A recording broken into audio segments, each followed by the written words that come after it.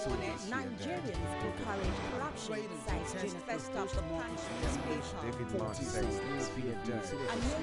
Nigerian Governors Forum calls for Okunjo Ibeala's resignation.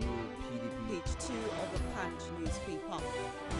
The dailies every day on Core TV News.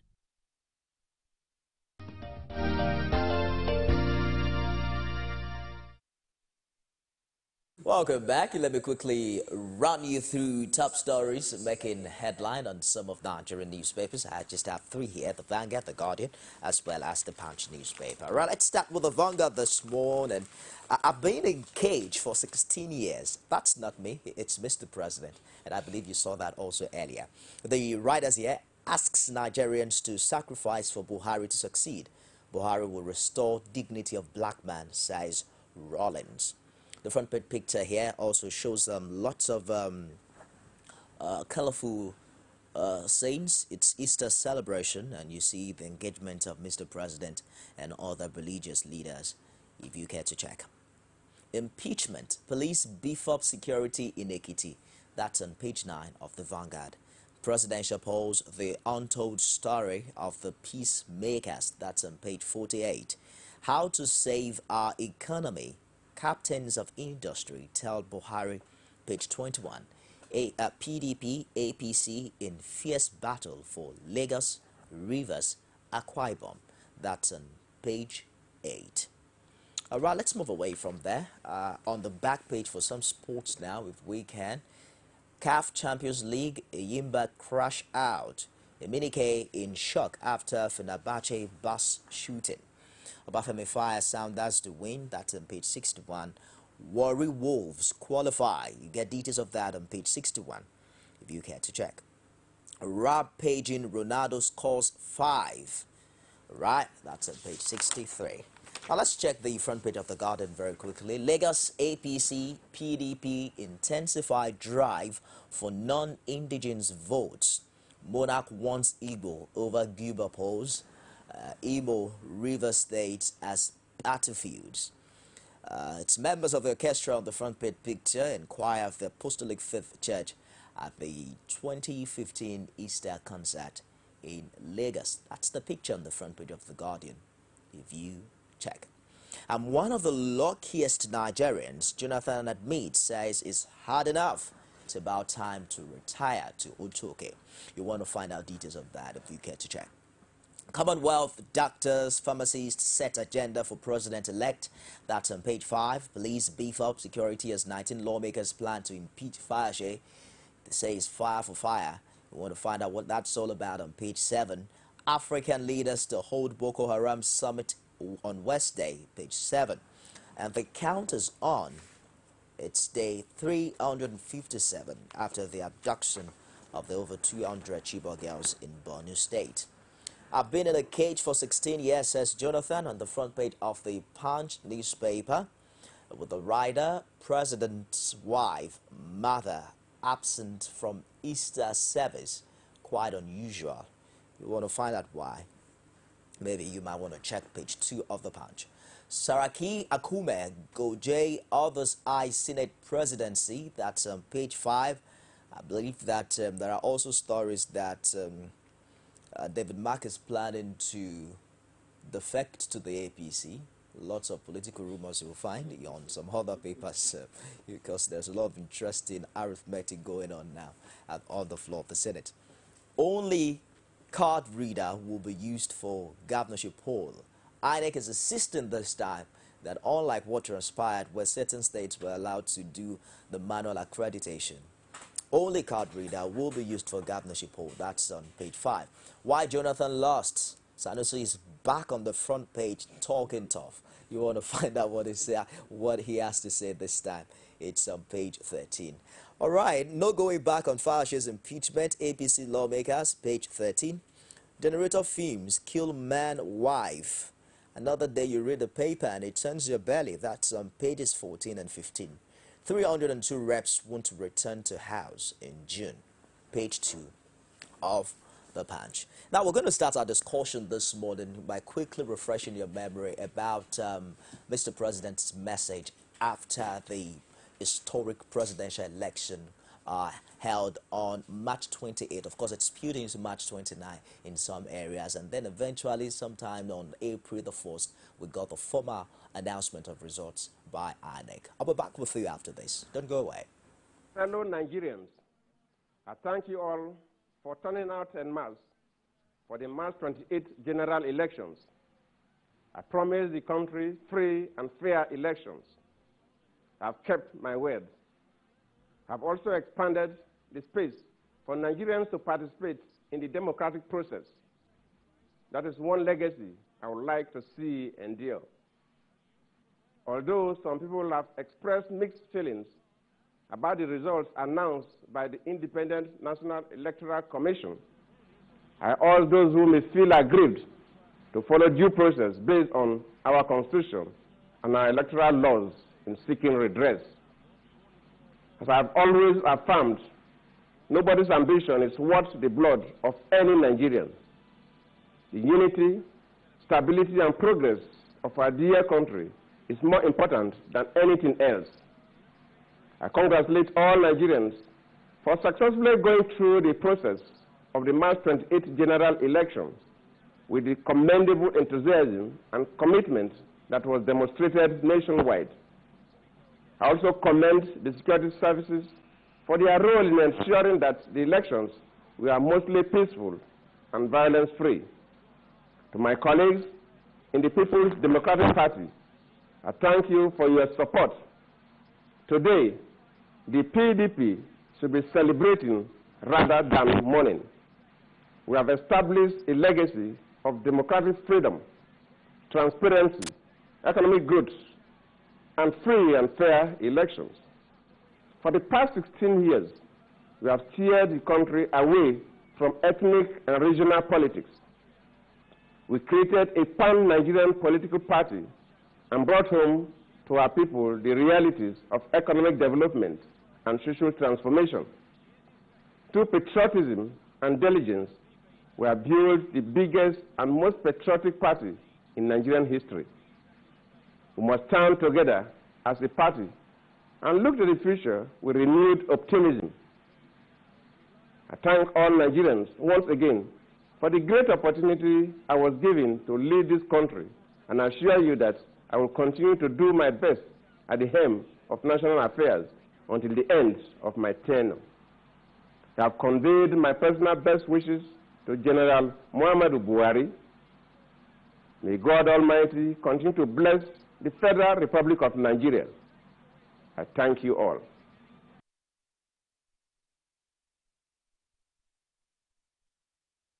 He describes himself as one of the luckiest men in the country, but now Nigeria's history would not also be complete without remembering that he is the first African president to have conceded defeat. I'm joined now on set by two legal practitioners. I have Barrister BOSUN OSIFOWORA joining us on the show this morning. Thank you very much, Barrister, for coming today. Thank you. Happy Easter. Oh, wish you the same. Barrister Tunde KOLAWOLE is also here. Good morning, Barrister. Good morning. Thanks for having me. Many would have said that this season should have been the season, except that it looks as if PDP has changed its mind about going to court. So you guys will not be making lots of money. But let's start from here. Of course, I had the gubernatorial elections, but let's start from what we saw the president do. Of course, you also had the telephone conversation.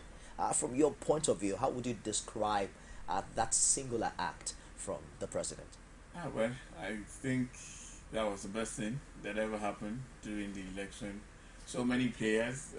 Jega is somebody that should be commended, but the president did something very wonderful in the sense that before the conclusion, I think it was Bonu that came last. Okay. There was a short break, and about that time he just called.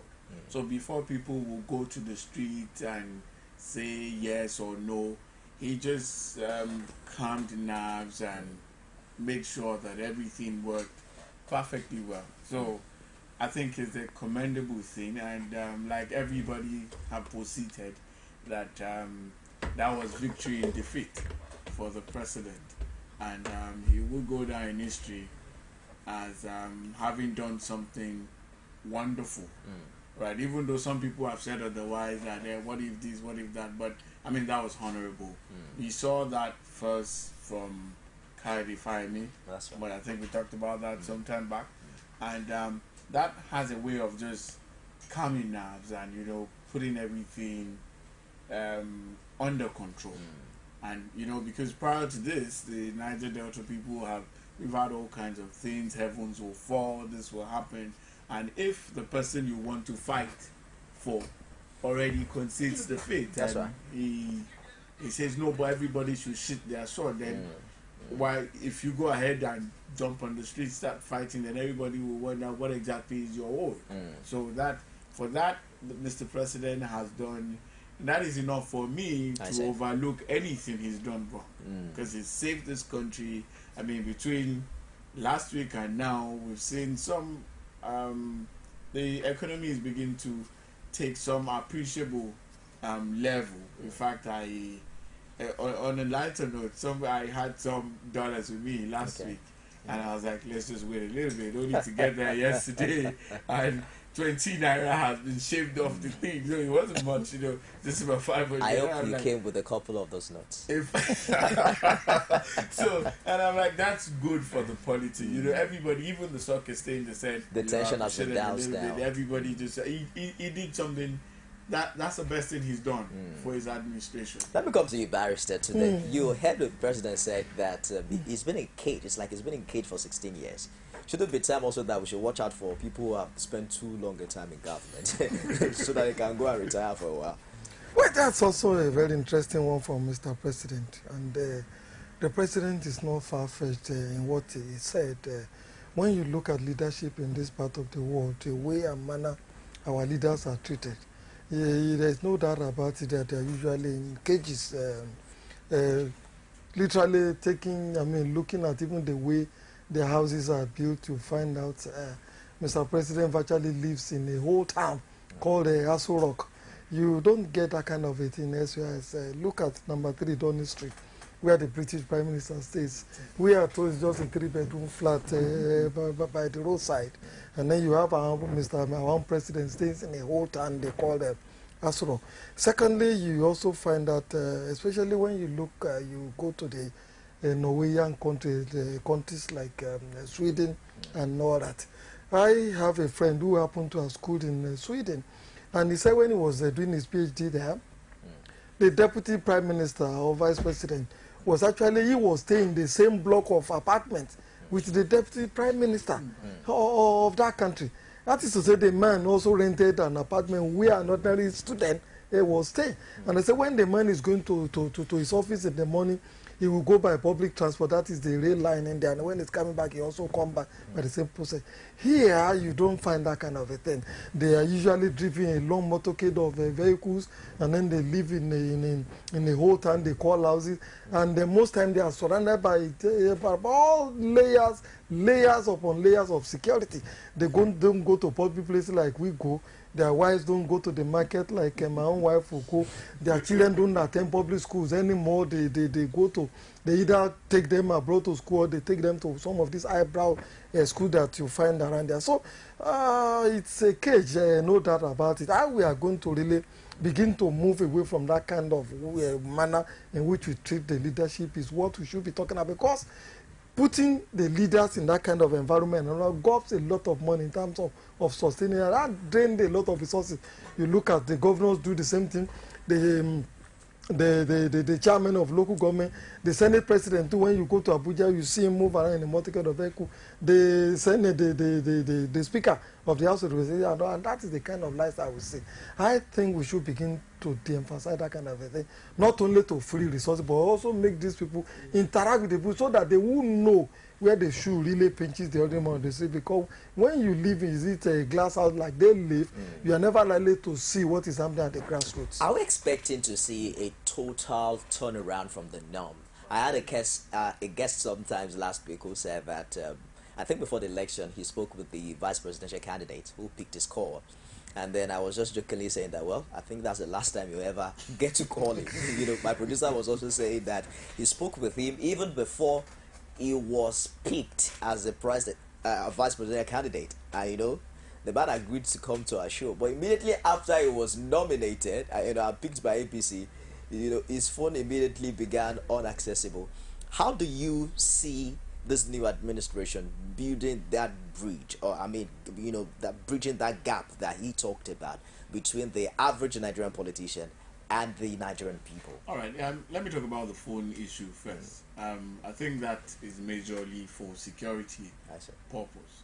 Most times I'm aware that once you change status politically, you will be given new lines for security reasons. You know what people do with phones these days and all that.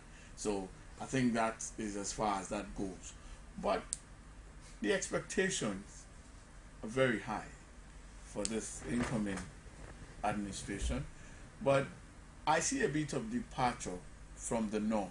The reason is this.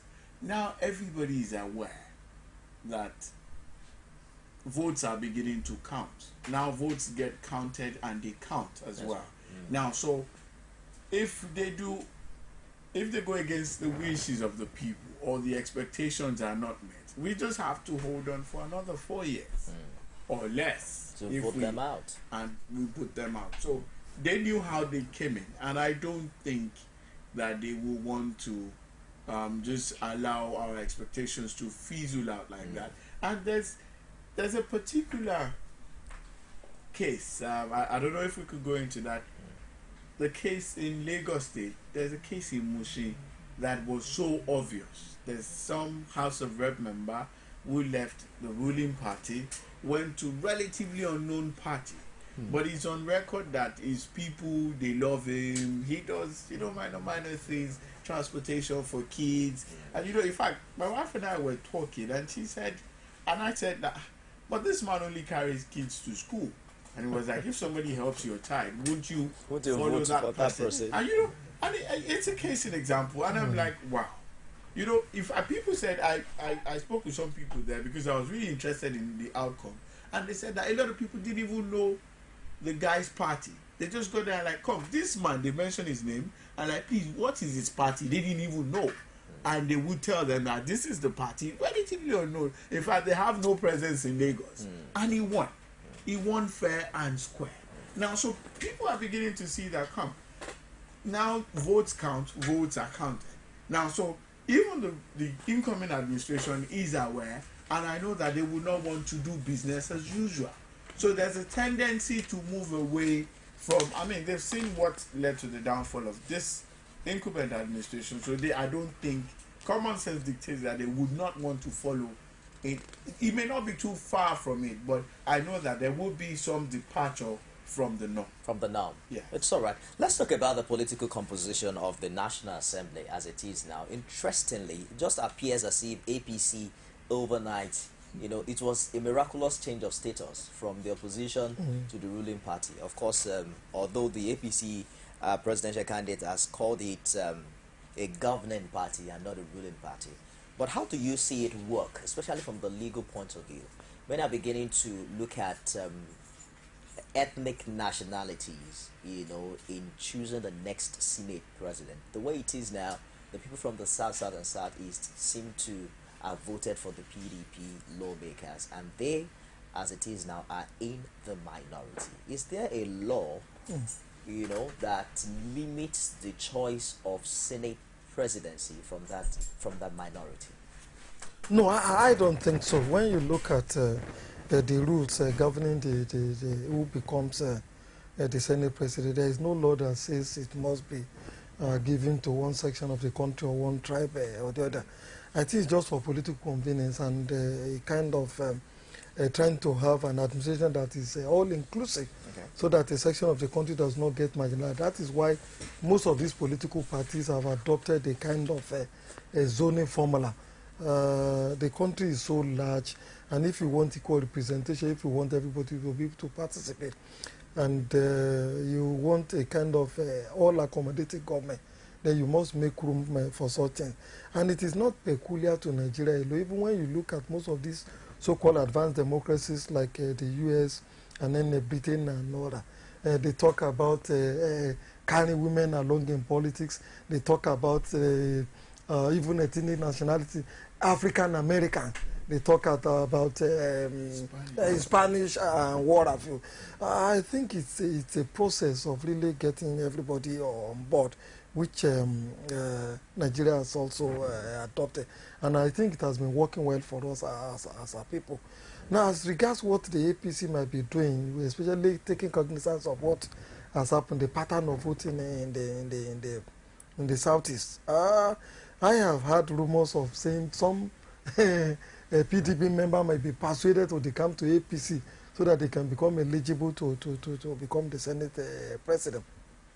I don't think that should be encouraged, and I don't think that is necessary because there are very strict procedures for you to decamp from one political party or the other, especially when you look at the Constitution and the Electoral Act. It says there must be a major faction in the party upon which platform you came into, you got elected.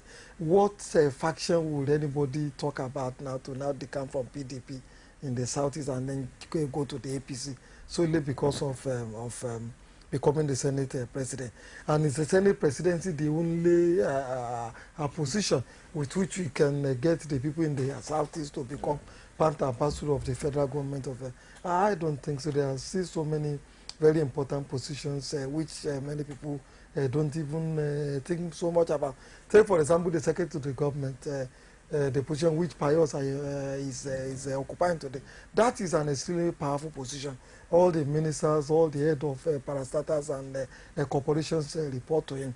And most of the major decisions in the cabinet, that is the person who really gets to implement them. So I don't think we should be worried too much about that, especially when the APC has not even said that they zoned the position to the southeast. And now that they didn't get anybody elected on that platform, there are going to be problems for that. So let's keep our fingers crossed. There is enough room to really accommodate everybody that the APC government don't need to worry too much about. What about the barrister? Do you foresee a PDP senator being allowed to lead the Senate at this time? A PDP senator? Exactly. They're in the minority now. That's what I'm saying. That is there any strict rule that? No. But basically, the majority, the leadership of the National Assembly, Senate or Reps, always come from the majority. And I need to point out something. The APC coming into majority should not be viewed as an overnight success. They had plans.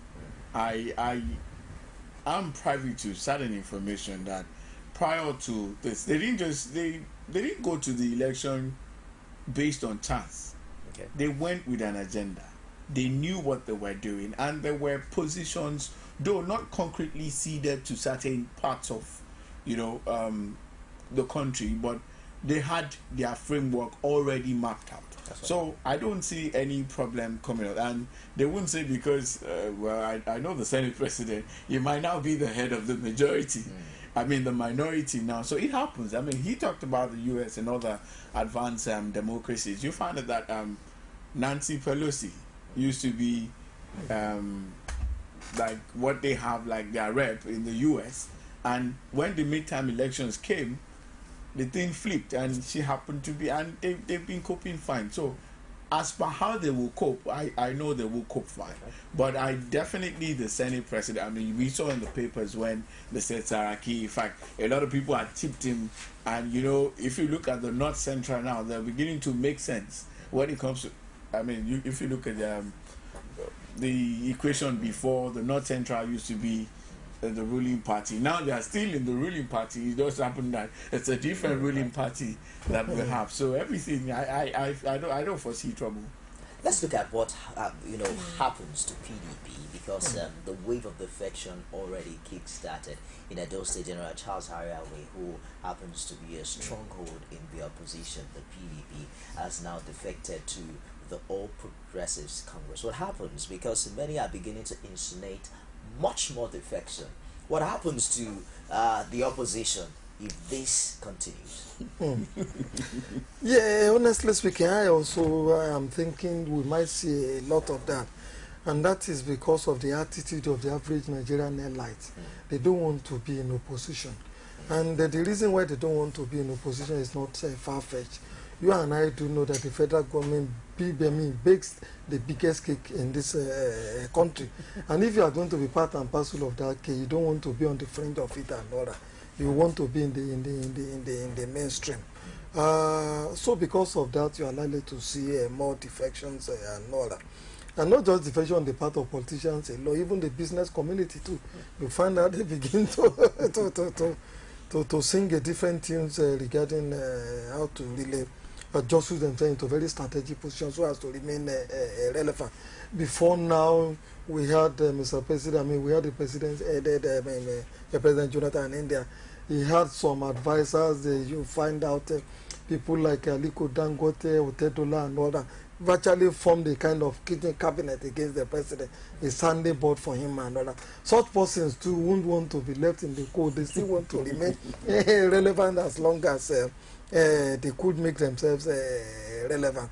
But the bottom line is this, does it all go well for our democracy when people begin to jump boat simply because their political party has lost the election?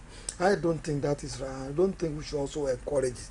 Reasons being that we should be able to say in this parliament, just like it is done in the advanced democracy, that this is where Mr. A stands, this is where Mr. B also stands. When you have that kind of dividing line and all that, it makes it easy for electorate to be able to make choices come the next election. But when things are as amorphous as they tend to be in Nigeria, then it makes it difficult. And all of us too have also been clamoring that we need to have politics develop along ideological line, in which you say you have the Democrats for whatever they represent, then you have the Republicans who tend to be more disposed toward the big businesses, and then conservative ideas and all that. But when you begin to play politics in such a manner that that it becomes a very fluid, it becomes a kind of self-interest and not the community interest. And I think community interest should be the uppermost thing when you are looking at the management of affairs of a state. So if people are looking at that direction, if people will begin to jump boats and other, I think we should begin to remind them as citizens and as people, and especially as the media too, like, look, that does not all go well for our democracy. We should encourage the politics of principle, politics of ideology, politics of a community, and not personal interests as we tend to see all the time. But what do you see that really do to the APC that has been at the front burner of change? Because what are you changing when literally all the PDP members have changed into the APC? Are we not looking at the PDP answering another name entirely? I'm not good at predictions, but let me just say something. I know we'll come back to visit this. 3 months into that administration, people will go back to where they're coming from. Some of those people who want to jump at the large cake or take a slice of the large cake, they will go back when they find out that it is not business as usual. They're still working with the mentality that, okay, this is how it used to be. This is now. By the time they go there and they find out that the perks of office are no longer there like it used to be in previous or past administrations, everybody will begin to find their way back to where they're coming from. Then we will have credible oppositions within. As for the APC, increase comes with its own problems. When the head becomes too large for the body, then you will have problems as well. Now, but everything will fall in shape. Maybe 3-4 months into the administration, we will come back and say this. You will see that everything. Let's take a commercial break, and when we come back, we'll open the phone lines and also turn our attention to the April 11 governorship and State House of Assembly elections. Don't go away. Fellow Lagosian, I bring you Easter greeting. In the spirit of the season, I salute you all for the sacrifices we made in the last election to strengthen our democracy. The outcome of that election has shown that Lagosians must consolidate on our collective achievements and keep Lagos walking. Let us work together to take Lagos to greater heights. Happy Easter to you all. On Saturday, 11th April 2015, come out en masse and vote APC. Support continuity of excellence. Vote Akinwumi Ambode for Governor of Lagos State. Vote APC.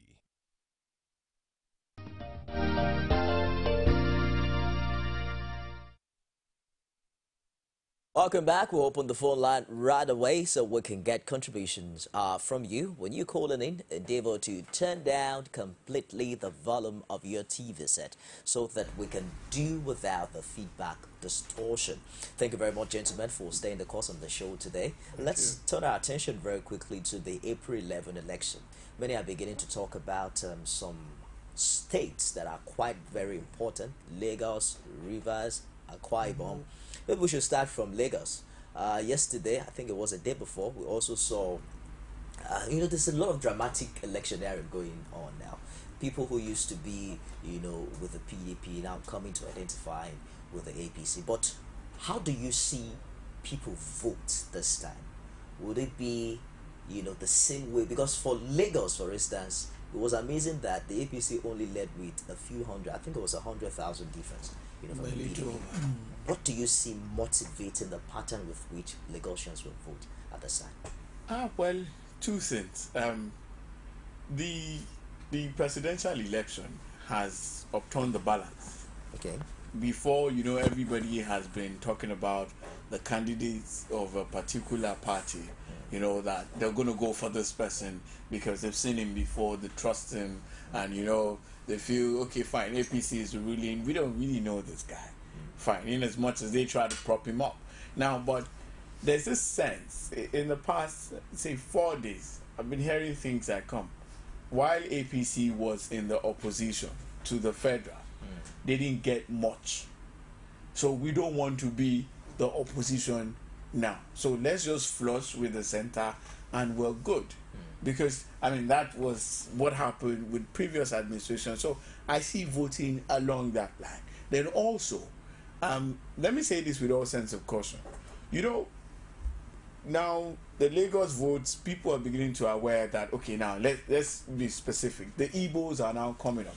For them to pick like 2 or 3 House of Reps, everybody now recognize them as a block, a voting block. Now, so you cannot play with them again. But if they look at what happened at the center, they all went for a particular candidate and they lost out. I don't think they will want to do. I'm just, theorizing that, we've lost at the center. If we happen to take this gamble here and it doesn't work, we might be losing all around. Now, so that also will be in their subconscious. But I think majorly. Hello? Sorry, let me take this call. Hello, good morning. Good morning. What's your name? I'm calling from Ikorodu. Amaka from Ikorodu. Yeah. You're welcome. Please go ahead with your contribution, Amaka. About the governorship election, I don't think, for me, I'm voting for Ambode. That is my candidate. I'm Igbo there, but I'm voting for Ambode. But for Southeast, I don't really know what happened. At least, assuming they managed to get 1 Senate, at least it will not be like this. Now, the Southeast now, we're not going to produce a Senate president. So my advice for APC is that they should watch their back, because some of these people decamping from PDP to APC. But like what your guest said, maybe when they come now, they will know that it's not business as usual. Everybody will sit out. It's all right. But I just want to make an advice to our president-elect, General Buhari. Okay. For the cabinet, I pray that I want him to retain additional Minister for Agriculture. I want him to retain, because the man is really doing a great job. He should retain maybe Aganga, the 2 of them. It's all right. Additional and Aganga, they are very nice. If he can call back Pat Energy for Minister of Power, it will be okay. It's all right. Just make. Former Minister of Power, Pat Energy. Okay, just make a comprehensive list of your ministerial nominees and send it to my email. I'll forward it to the president-elect. Thank you very much, Abaka, for your contribution. It's interesting, you know, there are lots of open letters now, even to the president-elect. But we're talking about Lagos. Yeah. So please go ahead. So as I was saying, that exists in their subconscious, but they may want to take the gamble and just go ahead. I mean, now that people know that, okay, our votes count and it will be counted, then let's go for our candidate. That's another argument on the other side, but it's gonna be close. Just like the presidential election, I don't see a landslide from anywhere. It's gonna be close. Whoever is gonna win, it won't be too far. That's what I foresee. But what would you say was responsible for that closeness for the presidential election result? I mean, for a state that happens to be the official headquarters of the APC, I mean, one would have thought that it would be landslide for the APC, given the much noise of the Fashola factor, that Fashola started the bandwagon of developments across the country. I think a lot of factors responsible, a lot of factors. First and foremost, I want to give some credit to the outgoing president, Dr. Goodluck Jonathan. You will find out about 2-3 weeks to that election, he was virtually coming to Lagos on a daily basis, meeting all sorts of community leaders. That the FCT, that nation's headquarters became Lagos and all that. He virtually was meeting everybody, campaigning all over the places, talking to those who really matter and what have you. And we were also told that a lot of good money was really spent to get people to begin to look at the side of the PDP. I think that is one factor that was responsible for the good showing that the PDP had in Lagos. The second one is that you also find out that the house of the PDP was a little more unified during this last election, unlike the previous one. As soon as they completed their party primary, they closed rank. Those who were aggrieved, like Obane Koro and all that, the president quickly talked to them and then settled them. And then they went into the battle as a team, moving from one section of the state to the other, campaigning together and all that. And that gave their followership some hope, some drive, I mean, and to have faith and then vote for the party. The third one I want to say is that a lot of voters too are really beginning to become, should I say, fatigue is beginning to set in regarding the people who have been voting for the APC, just like we had at the federal level. Some people are also saying that, for God's sake, we have had 16 years of the APC in Lagos. Why don't we also begin to look at some of these other political parties that are on ground? Because by and large, human beings always want change at a particular period in time. And I think that is the direction in which we are looking at. Fourthly, there has also been a lot of complaining as regards the way and manner the APC has been managing the resources of Lagos State. A lot of people think that the resources by which the APC has been using to fight their political battles all over the Federation is actually coming from Lagos State. Yes, a lot of people are also not too comfortable with the tax regime that we have in Lagos, by and large. The land use charge, all sorts of taxes all over the place. Even the World Bank and some international committee have said that land documentation in Lagos is the most expensive and most cumbersome in the world. All this doesn't speak well for the governing party in Lagos. And more importantly too, the way and manner the APC manage their party primaries also caused a lot of disaffection within the rank and file of the people. So many of their good people, so many of their members showed interest in becoming the governor. They went into that contest, but at the end of the day, the party primaries you can describe as a kind of a hollow sham. It was predictable the person who was going to win was already anointed. And even though to such an extent that some of the party, those who contested the gubernatorial primaries, they actually went to court to really challenge that primary. But some elders in Lagos, they quickly came around, talked to them and then appealed to them to withdraw the suit in court. But that still left a lot of bitterness. Just a minute, barrister. Yeah. Let me take this call. Hello, good morning. Yeah, hello, good morning. My name is Ike. I'm calling from Surulere. I didn't get your name. My name is Ike. Ike from Surulere. Please go ahead with your contribution, Ike. Yes. I just want to say that the APC very comfortable that thinking that what happened in the last presidential election will replicate the same way in Lagos. Why do I say so? Is because the PDP had so much confidence that they are going to keep in where they are, and we saw the surprises. It's alright. It's alright. Yeah, because I can see they have also made their own mistakes already, just like PDP made some serious mistakes. So they shouldn't just relax, thinking that because they've gotten it at the national level, that they are also going to be an easy race for them. I tell you something.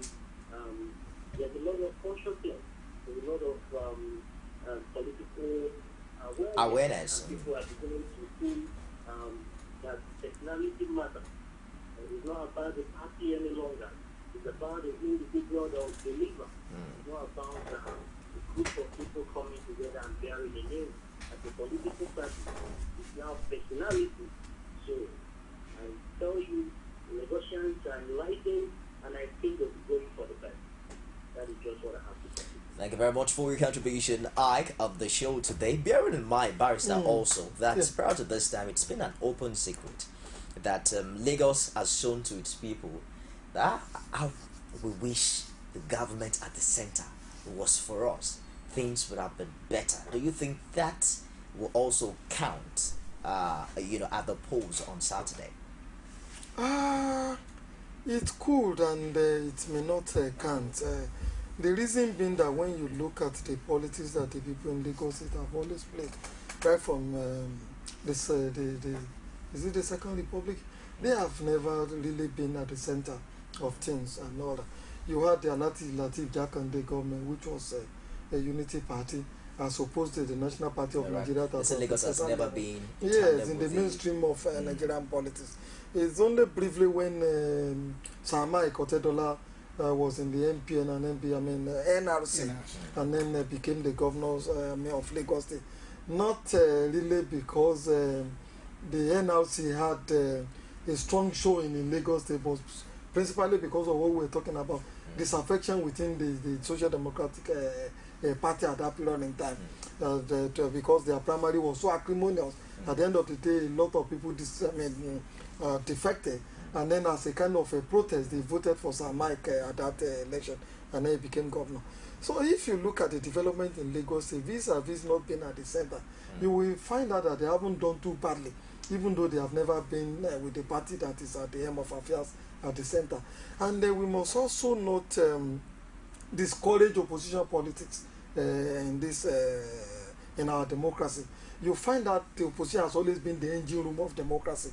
It puts the ruling party on its toes all the time, because if everybody belongs to the same party, the possibilities are that the whole thing will be the order of the day. Let me come to you, Barrister Bosu. Go away for all of us. For a state that has a GDP that is higher than even some African countries, many are beginning to say that it doesn't really matter which government is at the center, as long as there is true leadership in Lagos.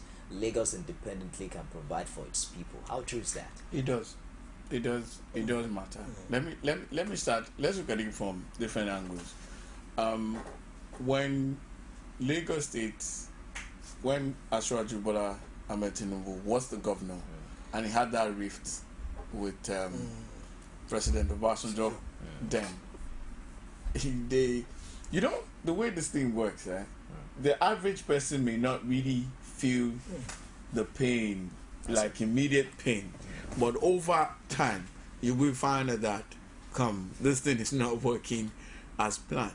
Unlike if Asiwaju was in PDP then, the way President Obasanjo was in PDP, a lot of development. In fact, it went so bad that when this Osborne foreshore, I don't know if you remember this Osborne foreshore, there was a canal that was, bringing water into the place, and they needed to work on it, and they came with soldiers and said, "Come, this is federal land. You cannot do anything."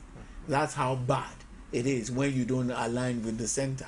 Now, but be that as it may, Lagos still survived. That's right. Now, but you don't want to struggle all your life, particularly if you have a chance to just stay and enjoy life. I mean, you don't want to live your life struggling and being on the back foot every time. So that I feel strongly that in as much as Lagos can sustain itself with its resources and people and good governance, right, it wouldn't be a bad idea if we aligns with the center and, you know, it just, everything just works fine and just works easy for it, so that there won't be this federal state feud and every time, you know, you have, fine, it happens in other democracies. There are instances where in America you find that the state clashes with the federal, but it's quickly resolved. But in this part of the world where one person can just stand and say, you today, you will not move, and if you hold on, you know, a lot of things will just be on the hold.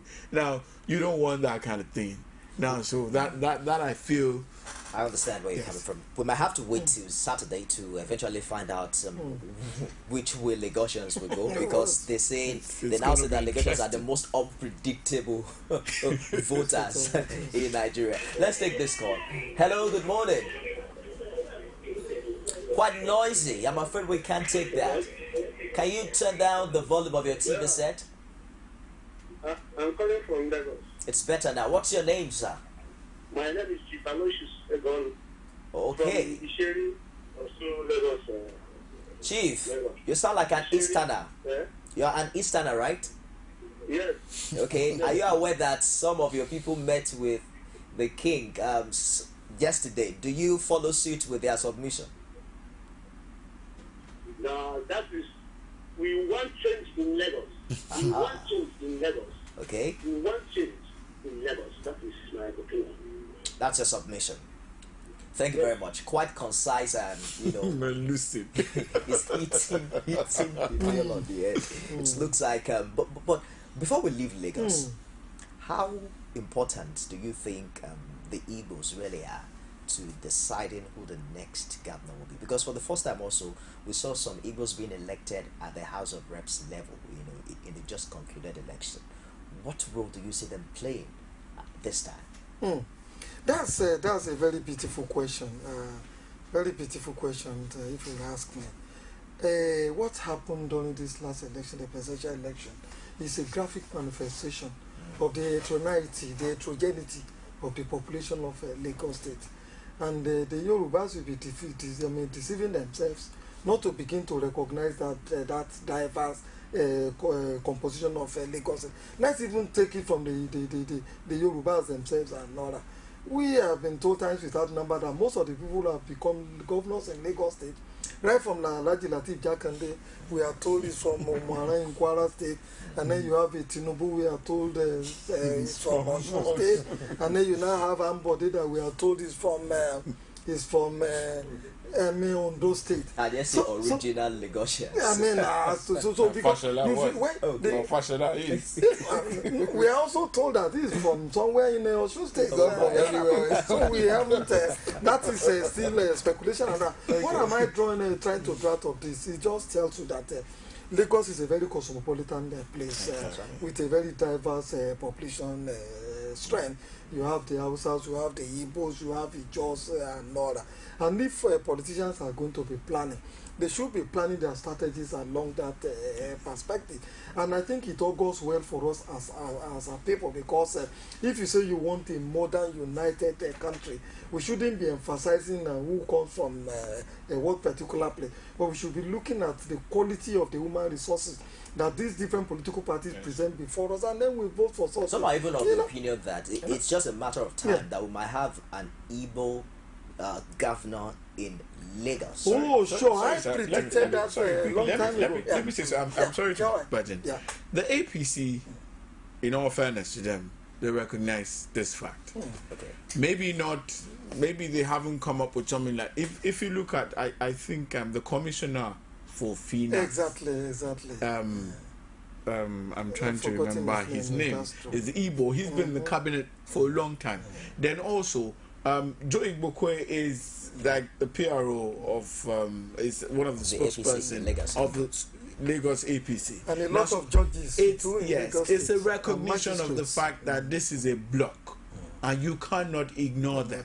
In fact, one of the things that I've militated against them was the fact I learned from good authority that one of the candidates, I don't want to mention, but one of the candidates was going to pick an Igbo person, but they prevailed on him on the fact that they always go to their villages to vote. So let's ignore them. But now they've seen. For all you care, by 2019, you will see the cosmopolitan effect of Lagos. By the time the outsiders come, I mean, they're a block on their own too. You saw how they came out for. You needed to see the celebration, the jubilation in Idiaba. It was massive. You know, so you know now everybody is beginning to see that come. It's not a Yoruba thing anymore. And these people, okay, let's try, let's float our candidate. And by 2019, you see the dynamics come to play. And for all you care, you might just have maybe 4 Yoruba reps, and the rest will be will come from the east. Let's take this call. Hello, good morning. Hello, good morning. Yes, welcome to Call Digest. What's your name? I think it's the same too. Yeah, I'm Haruna. Haruna, from where? From Kano State. Okay, please go ahead with your contribution, Haruna. How's Kano this morning? So what the fine? Everything is going on and smoothly. Good to hear that. Go ahead with the contribution, Haruna. For my own issue, really, in Kano here, we need to change. You still need... We are going to support PDP as the governor in Kano State. I didn't get that well. Are you saying you need a change in Kano? Yeah. We don't need PDP right now as the governorship. We are going to support PDP. Are you kidding? Well, you guys voted for Baba now. You voted for Buhari for the presidential election, right? Yeah. We need change. The federal right now in Kano, we need change. It's all right. Quite straight, but thank you very much for your contribution, Haruna from Kano. I mean, one would have thought that, what's the present governor's name? Kwankwaso.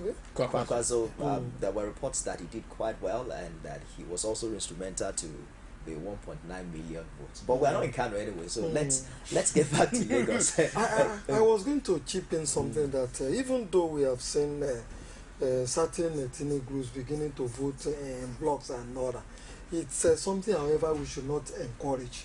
I would rather want to appeal to all these diverse ethnic groups and all that to be looking at the quality of the resource of the candidacy and not where they come from. Because when you begin to look at it and begin to act in along ethnic but can that really be their fault? Because the major reason why someone who is Igbo will want to vote for an Igbo is so that their interests would be protected. If, for instance, their interest is also priority, on the part of the incumbents, this definitely might not be a challenge. I wouldn't just want an Igbo man because I'm Igbo.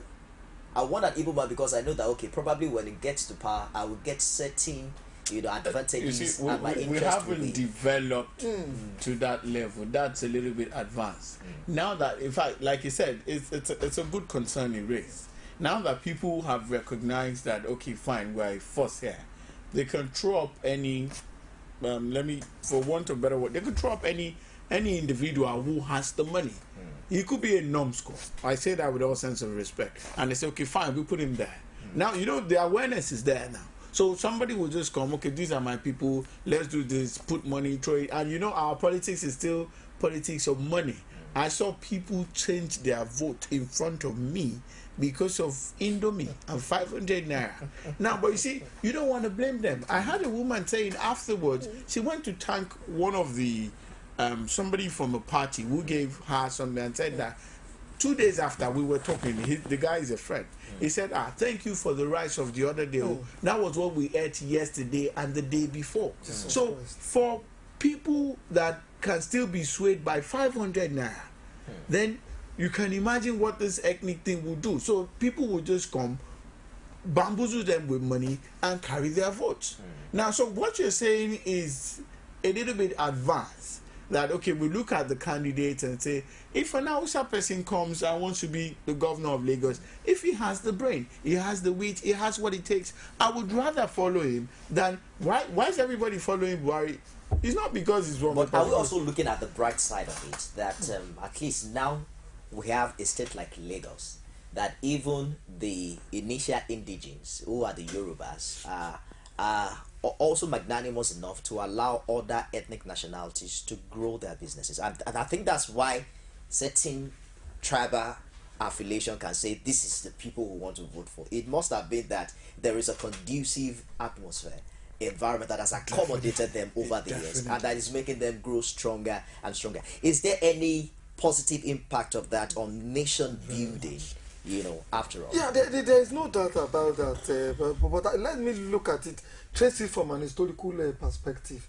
The cosmopolitan nature of Lagos State today is not an accident. Okay. You'll find that immediately Lagos State has always been, it was a federal capital for a long time.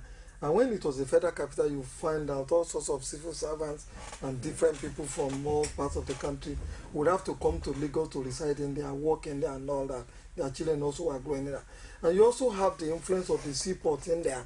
And that seaport brings a lot of business opportunities.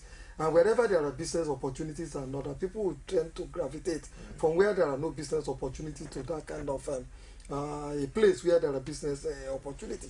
And more importantly too, you also find out that the Yorubas have always been a very accommodating people. I'm not saying this because I'm Yoruba, but by their nature you find out they tend to accommodate people who are not of the ethnic stock. But you are Yoruba to know that, so we can't take that. And I suspect that has kind of created a melting pot that we have in Lagos State. And that buttresses the point that you are making, that if the environment in which you are as a non-indigenous is not conducive for you to thrive and for you to do your businesses and other, the possibilities are that you won't want to stay there. For example, in the past, there used to be a lot of Yorubas in places like Sokoto and some other parts of the country. But when certain people begin to find these embers of religious hatred and wonderful, and people get incessantly killed for reasons that are not justifiable and other, people began to examine massive exodus. Let me take this call very quickly. Hello, good morning. You see that kind of a thing in Yoruba land. Yeah, welcome to Call Digest. What's your name? My name is Mrs. Kechi. Where are you calling from? I'm calling from Lagos. All right, I will need your contribution here, Mrs. Nkechi. Please go ahead with your contribution. I like what you say that in the television and I was watching it. Okay. But my suggestion is that let this election be a free and fair election in Lagos. Let it be careful and let the INEC be very careful. We don't want anything that is in this election. Anybody that's win the election, let them give the person the position. And we need change in this Lagos. Okay. I think I understand your position right now. Well, thank you very much for your contribution, Mrs. Nkechi. I was almost tempted to ask her, but the moment she said she did change, then I understand. But it's interesting, really, that we can now, at least from what we saw at the presidential election, people can now go to vote, bearing in mind that, yes, this single vote can make a difference, Let me even tell you, to add to your point, there's some dynamics in, I live in Surulere. I was with some guys on Friday. It's amazing that APC lost in Surulere too. Well, and they said that's where the governor is from. It was Surulere is divided into two. There's Surulere 1, Surulere 2. But Abiamila 1 in Surulere 1. That's where the governor is. Okay. But the other part, which is Aguda, a PDP person 1, he's actually a Yoruba person, some Shoinka guy. Now, but some other dynamics played out there, but they won fair and square. Now, but what I want to bring out for this thing you just said was, I met some guys and they were like, come, we're looking at this, our Surulere local government, we want to float our candidate. I mean, these were guys who ordinarily didn't believe in politics. They have small money, very intelligent guys. And they're like, come, if this is the way this thing works, let's float somebody. Let's, they, before you know it, everybody was like, they were right there, wives who were standing. Somebody just raised their hand and like, come, we'll do this house to house. How much will it cost us? This. And I'm like, wow. And so everything is beginning to make sense. By 2019, if things go well, if there is no problem or some unforeseen thing doesn't happen, you will see that the turnout will be maybe 5 times larger than what we have because of the way things have played out. Hello, good morning. Hello, good morning. Welcome to Call Digest. What's your name? Yeah, this is Emeka calling from my show. All right, Emeka, good to hear from you. Go ahead now. All right, good morning to the two gentlemen. Yeah, morning, sir. Actually, I'm an Igbo man, but the thing is this. I want all my Igbo colleagues in Lagos. They should not vote in the way of ethnicity way. We should vote for performance. I have benefited a lot in Lagos. It's not because of APC or PDP. The current governor has laid out a foundation which anybody that comes in will follow suit. We should not look at it because we changed the federal government. We should now change Lagos also. We should not look at it in that way. If APC in Lagos have performed, why not take their way and claim to the federal government? People should not say because we have changed, we should change Lagos. If you change to something that is not good, you will take Lagos there. That's a beautiful Emeka.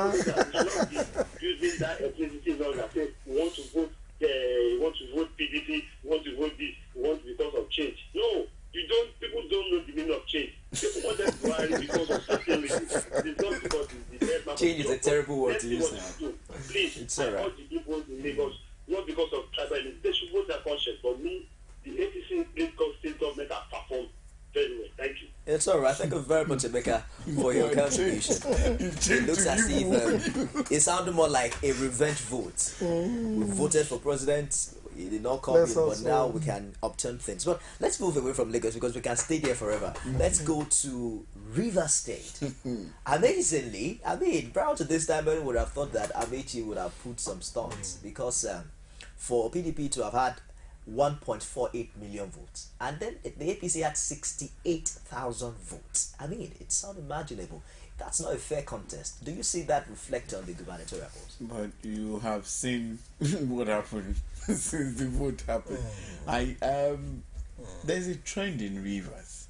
If we start from when Odili was governor, this was a place where twice votes have been more than the number of people who register. So it goes to show that there's some dynamics that play out in their voting pattern. Now, so I think that was one of the reasons why the governor came out and was like, where are the result sheets? In fact, some people have said he should have gone ahead with the accreditation, but I feel he's the governor. He used to be in the party, so he knows how they used to, he knows how they used to do their thing. That was why he went for the last thing first. And when they could not produce it, then he knew that, okay, they were heading for destruction. I understand the possibility of rigging, which is a possibility. But are you saying that singular act by the governor also now stopped every other person that should have voted for the APC? The governor came out and declared that there was no voting. And you saw what this was a governor that had been shot at twice by... They claimed or alleged it was the opposition that did it. And we saw also the federal power playing out there and how everything went. Now, but I see a different tone. In fact, there was a debate somewhere at a different forum, and I was telling my friends that come. The guy was like, don't worry, Rivers, APC will bounce back, this, that. I said, no, for the ones you've lost. He said, no, that they boycotted. I said, see, I know a Supreme Court judgment as way back as when Tos Benson contested for election. People didn't vote, they boycotted because of certain discrepancies. And Tos Benson entered with the smallest of votes. And the position of the court is that boycott is not recognized. So you should have done your own part, then come and raise whatever it is. You didn't contest. It's as good as you didn't show up then. Whatever is left is what is left. And that was how everything went at that time. And it's still the position of the law. He just said, well, don't worry, blah, blah, blah, blah, blah. But I feel that with this governorship, they must have gone back to the...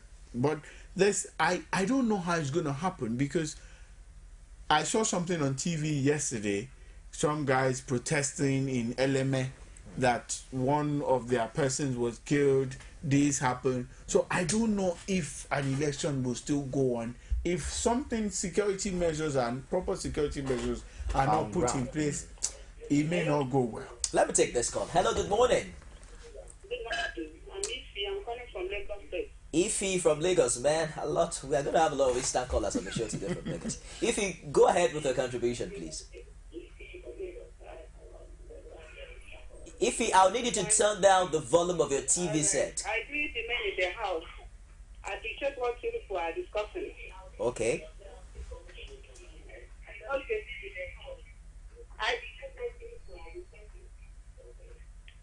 My contribution there is this. It's true that the presidential candidate election, the other party have taken over. Yes. Go ahead, Ify. All right. So my contribution is there is this: since we all need change in this country, since we all need change in this country, okay, we also need change in Lagos. Okay. At least we need power to move from where it is before. It's all right. To another place, so that Lagos State can be a better place. It's all right. If you think it, what happened in political elections in Lagos State, yeah, our voters. How can the whole Lagos be only what you get to presidential district is only 1 million something? Lagos is large enough. It's supposed to be the highest. So I want this election to be free and fair. Let the right person that will take over. It's all right. Thank you very much for your contribution, Ify. You can do the poll, gentlemen, by yourself from the number of people that have come from Lagos. And then you can tell that it's a far reflection of the visitation to the Oba of Lagos. Well, only time can tell anyway. Let's get back to River State. What do you see happening? Do you see another boycott for the gubernatorial polls, or APC indeed must have learned its lesson?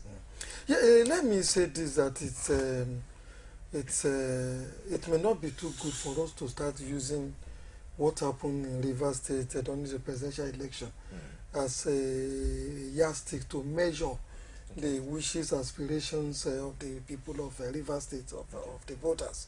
I strongly suspect that we haven't really had the true story of what transpired during that presidential election.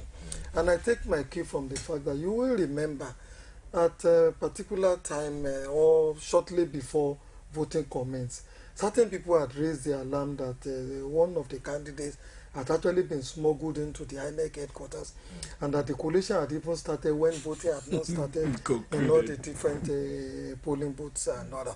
If you also look at the way and manner in which the River State results was delayed until about the last minute when the other coalitions have been completed, and you find that somebody somewhere was strategizing that if this certain number of votes turn out from this social place, we will use this huge number of votes to really neutralize it and then get whatever results we want to get. Unfortunately, that really didn't work out, in the sense that the gap from these other places that they wanted to neutralize was so much and so wide that at the end of the day, the River State votes or election result didn't really count for us. So my appeal there was also would be a dramatic presentation by the returning officer. Exactly. That tells you, in fact, what the man did tells you that the man was not comfortable in going to the podium to announce that. I saw a very hilarious picture on the social media.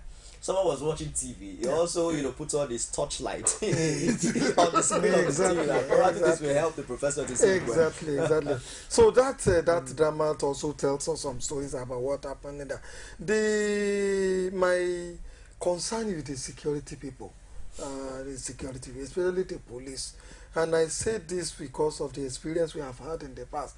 I remember when the NRC, the National Republican Party of those days, vis-a-vis the Unity Party, were going to lead the elections in old Ondo State and then old Oyo State at that period of time. It was actually the police that provided the platform for that election to be lead. And what happened in River State also showed us that the police, which ought to be a neutral security outfit and then give equal opportunity to all the different political parties that contested was actually not neutral. I mean, you saw what happened to your correspondent, which his camera was seized and then his GSM man said was smashed. Why would security people take that kind of... And he said the mobile policeman told him that you are working for the opposition. Exactly. And working for the APC or thereabout. And because of that, they didn't want him to capture whatever they were doing in camera, and then they were that hostile to him. So we should be very, very careful about that. Now, like I was saying, the security people should remind themselves that they are first and foremost Nigerians, and they should behave in a very patriotic manner. Their allegiance should be to the Nigerian flag and the Nigerian constitution, and not to the party in power, whether they be APC or to the PDP. Because at the end of the day, the average policeman also goes to the market to buy foodstuff and buy grocery. Right. His son or daughter will have to go to school, and if his wife is sick, he also has to send the wife to one hospital or the other. That is to say, we are all in the same boat. So if the police don't control or don't ensure good governance in the society, they should at the end of the day remember that they are also going to suffer the adverse consequences of whatever bad government that we do have in some of these places. And that is why the security people should, as much as possible, try to be neutral each time an election is being conducted. Let's begin to wrap it up here. There are cases in some states where states that are APC-led states or APC-governed states, lost out during the presidential election. Example would be Imo, Rivers, Edo, and I think a couple of others. The same also happened to the PDP. I mean, I'm beginning to ask questions, the pattern with which electorates in these respective states will vote at this time. But after all, would you say that, some have said the equation is balanced already? At least APC is at the federal. If they lose any state now, that should not really matter, because the president should be a president of all, irrespective of the political affiliation. What are your thoughts? I'm going to get your thoughts on that, but let me quickly take this call. Hello, good morning. Hello. Welcome to Call Digest. What's your name? My name is Sam. Sam, please turn down the volume of your TV set. Can you do that? My name is Sam from Sam, turn down the volume of your TV set. Yeah. I think it's better now. Go ahead with your contribution, Sam. Yeah, my name is Sam from Kano. Go ahead. We're with you, please. Yeah, I'm interested in what people are discussing. Okay. Like in Kano, if INEC will do a good job, we need a change in Kano State. If INEC can do a good job in Kano, we need a change in Kano State. It's all right. Very short and precise. Kano guys are very concise with their contributions as well. We need a change in Kano. It's amazing. Change. It looks as if the change now is beginning to I hope we can work against the advocates of change. For me, the electorate cannot be wrong. Once the electorate says this is where we are going. Hello, good morning. Yeah, good morning. I'm on to... You're on to Call TV News. What's your name and where are you calling from? Okay, my name is Chus. I'm calling from Lagos. All right, Chus, please go ahead with your contribution. Okay, hello? Go ahead, Chooks. Yes.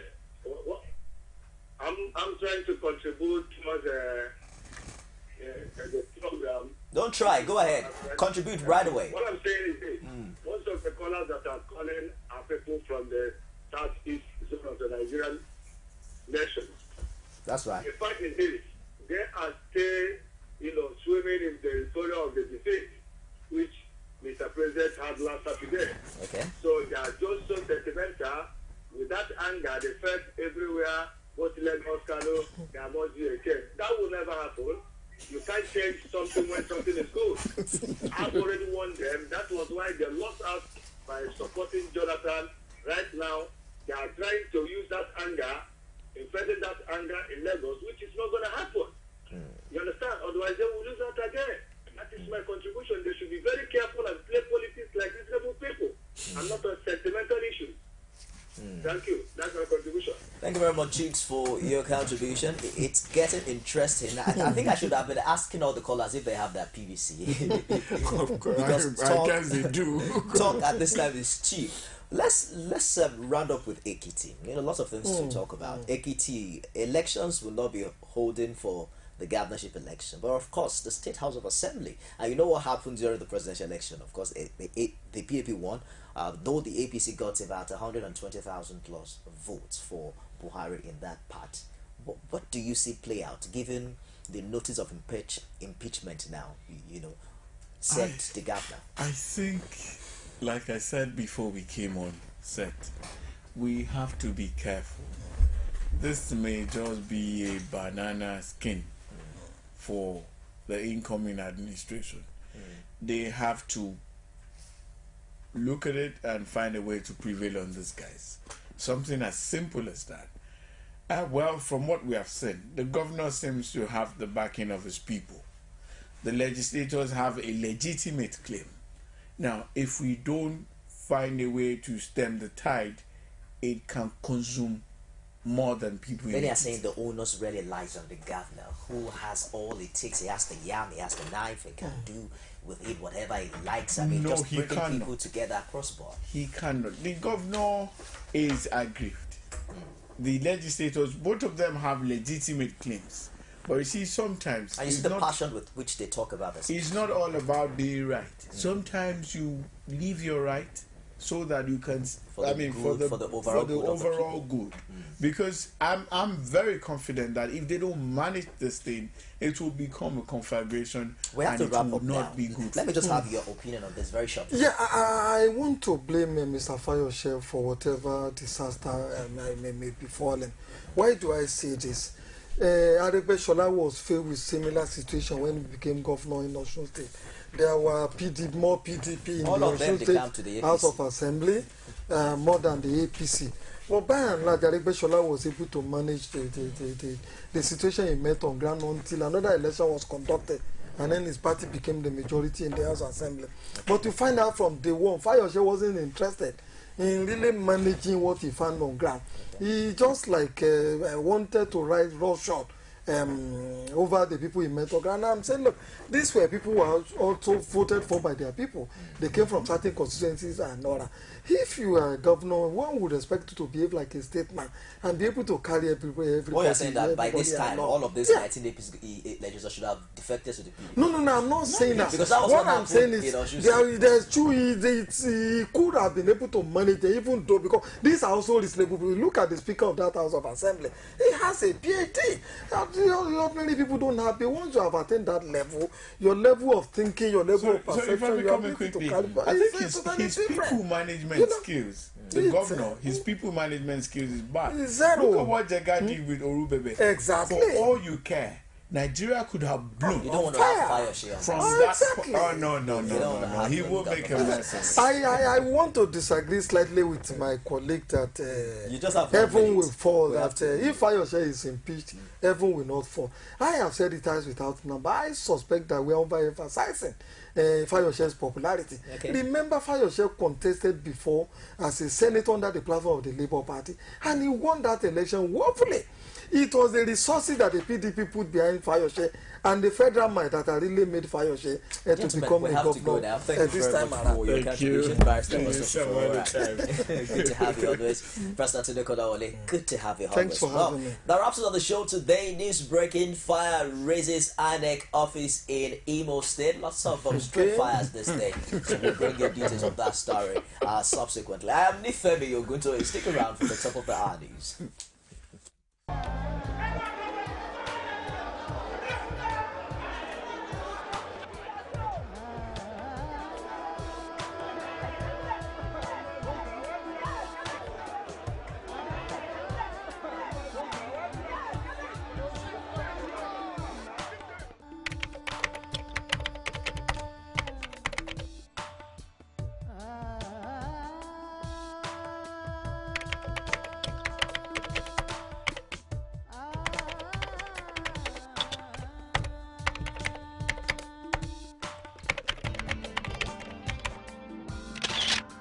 Morning, Mr. President. Morning, sir.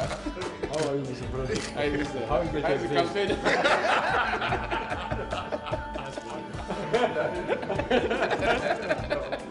are you? Thank you, sir. We must learn to live together as brothers or perish together as fools. Martin Luther King, Jr.